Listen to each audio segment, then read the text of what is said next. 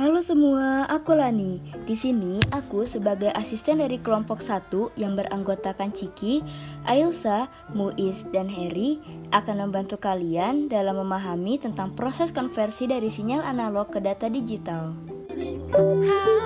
Dari zaman Alexander Graham Bell tahun 1887 sampai 1900-an, telepon analog masih merajai di bidang telekomunikasi. Lalu pada tahun 1970-an, komputer sudah bergeser menjadi berbasis digital.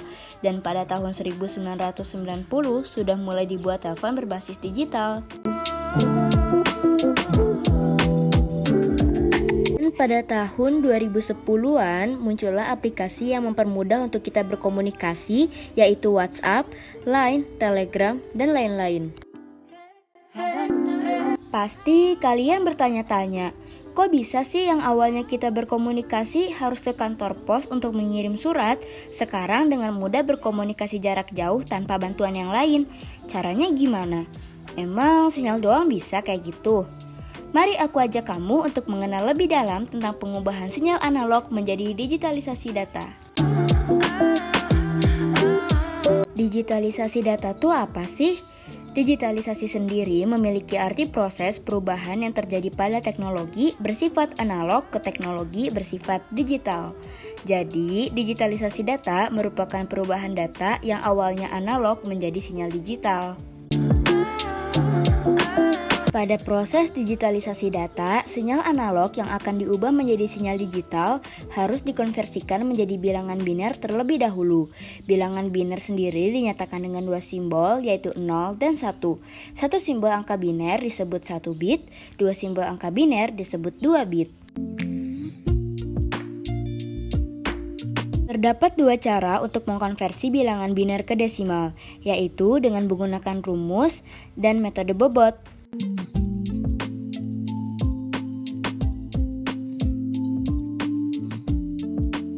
Untuk mengkonversi bilangan biner ke desimal, kita harus menghitung panjang bitnya terlebih dahulu. Setelah itu, panjang bit bilangan biner dikurangi 1. Sebagai contoh, kita akan mengubah biner 1001 ke bentuk desimal. Setelah mencari nilai B dan N-nya, masukkan nilai tersebut ke dalam rumus.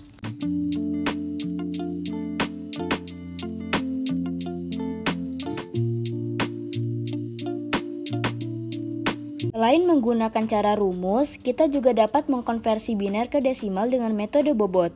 Bobot masing-masing biner adalah 2 pangkat N-1, dengan N adalah posisi angka biner dari kiri. Sebagai contoh, kita akan mengkonversi biner 1001 menjadi desimal.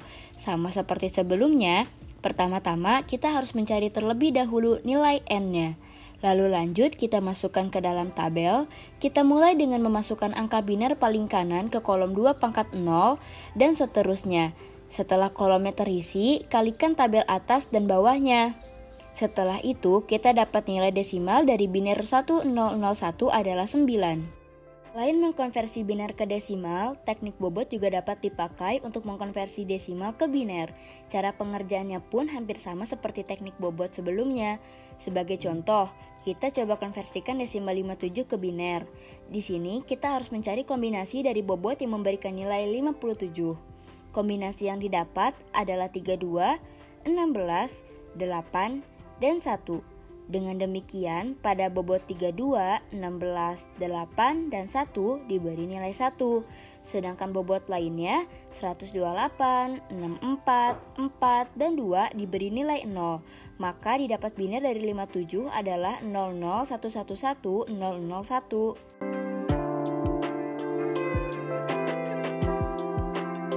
Rentang dinamis sinyal adalah selisih antara amplitude tertinggi dan amplitude terendah sinyal. Contohnya adalah jika sinyal memiliki amplitude tertinggi 3 volt dan terendah 1 volt, maka rentang dinamis sinyal RD sama dengan 3 dikurang 1 sama dengan 2 volt. Analog to digital converter atau disebut ADC berarti mengkonversi sinyal analog menjadi sinyal digital. Untuk mengubah sinyal analog ke digital diperlukan 3 tahapan, yaitu sampling, kuantisasi, dan encoder. Proses sampling merupakan proses mengubah sinyal analog menjadi aliran angka. Prosesnya mengambil sampel dari tiap posisi bit pada tengah-tengah interval dan membandingkan nilainya dengan threshold.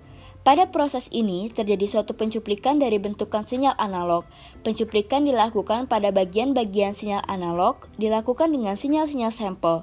Untuk mendapatkan sinyal yang mampu mewakili sifat sinyal aslinya, proses sampling ini harus memenuhi syarat Nyquist. Apabila proses sampling tidak sesuai dengan syarat Nyquist, maka akan terjadi aliasing sinyal.